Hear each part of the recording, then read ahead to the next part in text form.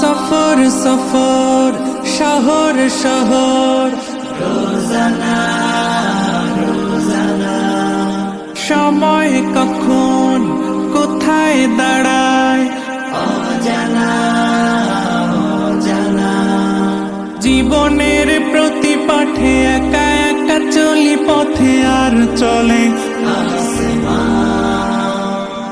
আসমানি রঙে ডুবে অনুরাগে অনুভবে খুঁজে পাই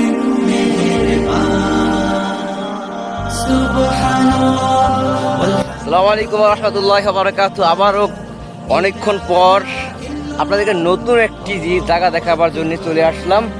আর সেই জায়গাটি হচ্ছে বঙ্গোপসাগরের শুরুতে। আজকে আমরা দেখতে চলেছি বঙ্গোপসাগর যেখান থেকে শুরু হয়েছে, কর্ণফুলী নদী শেষ হওয়ার পর এই বঙ্গোপসাগর যেখান থেকে শুরু হয়েছে, আমরা সেই জায়গাটাতে যাচ্ছি। দেখতে পাচ্ছেন আমাদের সাথে ভাইরা দলে দলে যাচ্ছে। আর এখানকার ভিউটা দেখেন, অত্যন্ত আপনারা সুন্দর একটি ভিউ। যদি বাড়িটা পাশে থাকতো তাহলে 24টা ঘন্টা এখানে বসেই থাকতাম।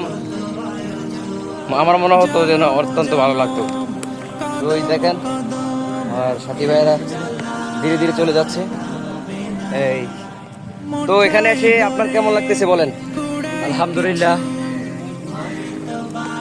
যাক, উনি আলহামদুলিল্লাহ বলেছেন এবং কি আশা করি সকলেরই ভালো লেগেছে। কারণ এমন একটা ভিউর কাছে যারা আসে তারা কখনোই বলবে না যে আমার ভালো লাগেনি।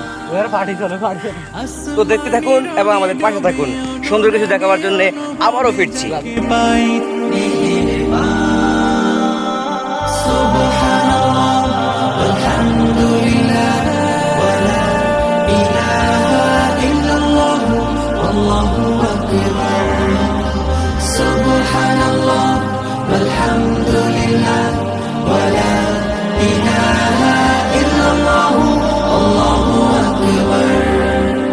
মলাটে একাকি বাঁকা গুজে ফুলে চুপি সারে করেছি জীবনের তালা।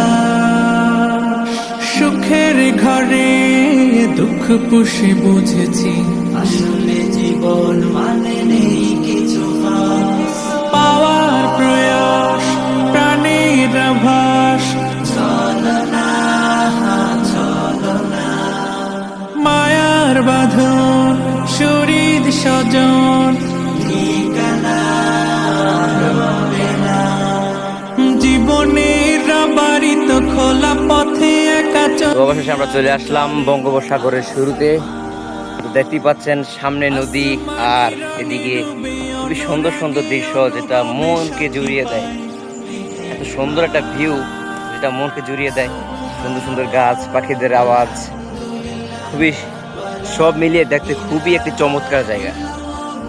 দেখতে পাচ্ছেন এই যে আমার সাথী ভাইরা এখানে আছে, তারা খুবই আনন্দ করতেছে। ওই যে ওদিকে কিছু গেছে, তারা পিক তোলাবে।